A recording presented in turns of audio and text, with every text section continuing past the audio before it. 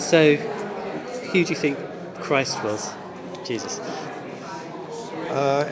He could have existed. If he did, he was a very charismatic chap who a lot of people fell under the spell of. And when he was killed by the Romans, they got very upset indeed and turned him into a god. The Christians did. Yeah. Yeah. If he existed. Right. Yeah. Well, there's not many serious historians who would think that he didn't exist. Well, I think he probably could have. Something kicked off Christianity, Yeah. But whether he walked on water and rose from the dead and all that, I think that could have been retrofitted into the tale afterwards. I mean, the four Gospels are written like 40, 50, 60, even 100 years after the supposed events. Probably the earliest bit is actually 1 Corinthians 15, which dates back to about AD 65, 4 or 5. And there the Apostle Paul is saying that I delivered to you which was given to me, and he talks about Christ's death and resurrection. He then goes on to say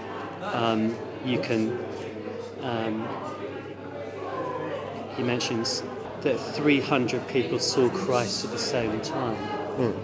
So there you've got something which takes you back within decades of the events, a letter which was widely circulated across the ancient world. So you've got stuff going way back. But it's all, you're talking within the biblical texts. Well, we have Suetonius, we have Josephus, we have Pliny, Tacitus. Yeah, but they weren't eyewitnesses. And they heard about him in the same way as we're hearing about him. Yes, that's right. I think what you've got to do is you've got to take all these little bits of evidence together. It's certainly not possible for us to take a modern journalistic view to the ancient world. Yeah. The numbers of copies of the New Testament and fragments going back is absolutely extraordinary compared with any other ancient document. Okay. If you threw away all the handwritten Bibles, if you take just letters written to people within the first 3 centuries, you can reconstruct the whole of the New Testament apart from 12 verses, just from the letters that people wrote. Yeah. There's nothing like that whatsoever. Well, that just means there's passion for a particular faith. And obviously there's a lot of passion because it's lasted 2,000 years. But I could say the same about the Bhagavad Gita, which is the Hindu holy book, which is even older. Well, it's older than the New Testament, not necessarily older than the Old Testament. Yeah, I think about 5,000 or 6,000 years all told. But obviously that's been copied and copied and copied. But I don't believe any of that happened. Yes, but what we're talking about is things written, the proximity to the event. Yeah. And the numbers of copies which say the same thing.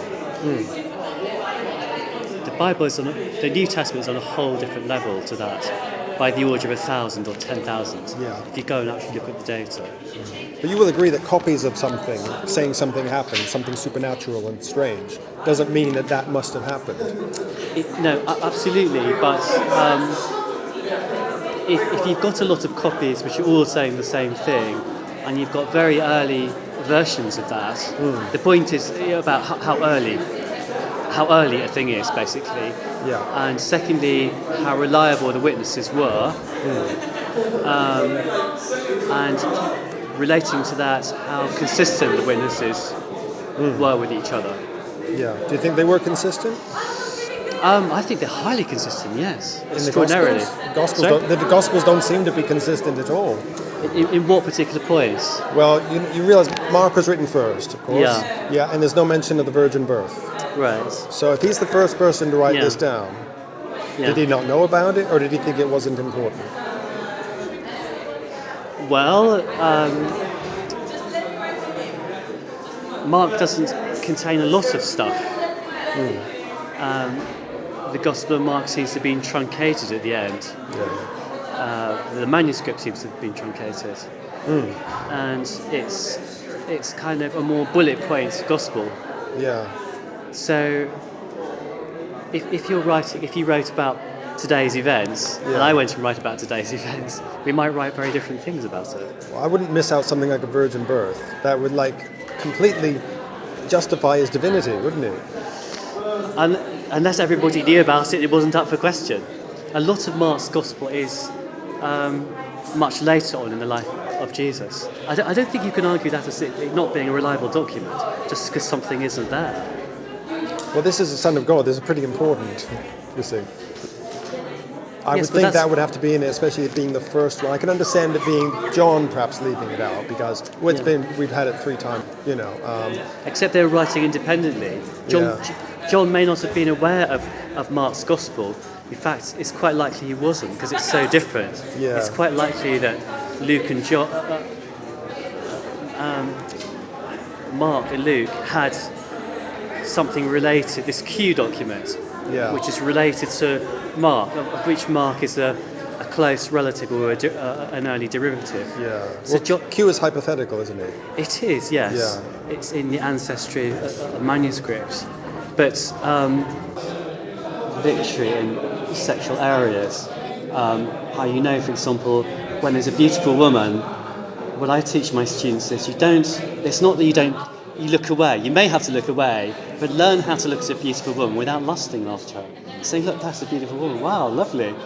You don't have to let you see, they're different. That makes the Muslims say that a woman has to cover herself up because, you can't look at her unless without feeling. But you've got to learn. Yeah, exactly. You don't have to lust after a woman. I look at flowers and they're really beautiful. And I look at different women. I hope this isn't patronising, but they are kind of beautiful. Extremely. This is a lovely lady here. Yes. I can see all sorts of beauty, but I don't necessarily have to let my heart lust. So I think the things to be kind of said here. Yeah. And you're a much more healthy person if you can look at a beautiful woman and say, I've got to look away. Yeah. Maybe if you're with your girlfriend, well, make sure you do look away, or she'll get really annoyed. You've got to actively not look at her, because she'll get annoyed. That brings me back to that question again. Why would Should God we move out do there? that? Let's continue. All right. Okay. Yeah, it certainly is a lot to think about, but I'm a very skeptical, analytical person. Sure. And I have to get these things out of the way, as harsh as it sounds. I'm not one of these angry atheists or anything. It's just, I want to hear... Have you, I'm sure you have, but have you really asked God to show himself to you? With all of your heart? I have been asked to do that. Yeah. And that's something, that doesn't sit well with me, because if I say, God, show me that you're real, you've already decided that he's real, because you're addressing God. You've already taken that step. No, the question is, God, if you're there, show yourself to me. Yeah. So if I go into my laboratory and I get out my microscope and I look down my microscope, I'm asking you a question, what is there? Now I'm not making what is there real, I'm looking to see whether it is there. And you put something there already. Well, it might be on a microscope slide which I can't see. So I'm saying, is there... are there some heart cells on this microscope slide? Yeah. Someone's giving me a microscope slide, I put it down, I don't know. But you know that's likely that there might be some biological matter on that slide. There might be anything, I don't know. In this illustration it might be anything. The slide might be empty. Yeah, but you can't say there might also be a supernatural microbe on that slide. Which is what you're saying in terms of the bigger picture. Not really. I'm dealing with the objection that if you look, you're making what you look for appear. I'm saying those of us as scientists, we've got a method, we're not making what... That's the whole point. We've got ways of testing whether something is there. And I'm encouraging you to... I would say that's the only way anybody ever, and I've done this with lots of people in the past, in your same position, and they've asked God if He really is there to show Himself to them, to manifest Himself to them. Would you call that a scientific method, being a scientist yourself? I would, because it's an experimental method. It's the method. So if I just experimentally said to you, go home tonight and do the same for the Hindu god Krishna, just to make sure he's real, would you go and do it? If I was in your position and I hadn't already been convinced, yes, I would. Yeah. Absolutely. You wouldn't do it now. I couldn't do it now. No. But if to say you were in an agnostic position, Yeah, I would. and it was given that you would do that. I would, absolutely, because I am a scientist. Yeah. And I would not be able to rest till I'd done that, because the God of the Bible says, if you seek me with all of your heart, you will find me. But That's the condition. I have to still maintain that somebody who would do that is already decided / wanted the God to be real. Not necessarily. That's an interesting philosophical, point. Is it? I don't A know. scientist hasn't decided anything when they go and look for it. Yeah. What you find as an experimental scientist is what comes out of your experiments is almost always different from what you expected. Yeah. You don't find what you're looking for, Yeah. and that's what I'm challenging you to do. Okay. I would say that's why you haven't found him, because you haven't done the biggest test that the gentlemanly skeptic should do. Well, I prayed zillions of times. Okay. And you just get the results you get via chance. I'm not talking about praying. I'm talking about God showing Himself to you, something utterly different. Yeah. Do you know the Mormons? They do that as well. Yeah. They go around, they've come to my house and they said, our prophet, who's greater than Jesus, is Joseph Smith, a man who lived in the 1800s. And he restored the Bible and added the Book of Mormon and all that stuff. Will you please, Mark, in your mind now, ask Joseph Smith to reveal himself to you that he is the true prophet of God, and you will feel something. And apparently that's what they all do. And they get what they call the burning in the bosom. And I'm saying they're just self-generating it. They're doing it, even if they think they don't want it, they're doing the experiment. And it's causing something in their brain to say, okay, this is expected, let's give a fuzzy feeling around the chest area. But this is utterly different from this. I've never ever had this experience with anything else. When I've been had the most brilliant lecture, it is utterly on a totally different level. Yeah. It's like lights is coming into your soul. It's like you can see everything. Yeah. You don't know what everything is, but it's a clarity. It's you've touched upon absolute reality. Yeah. Okay. Your whole life makes meaning and makes sense. It is just like light coming into you.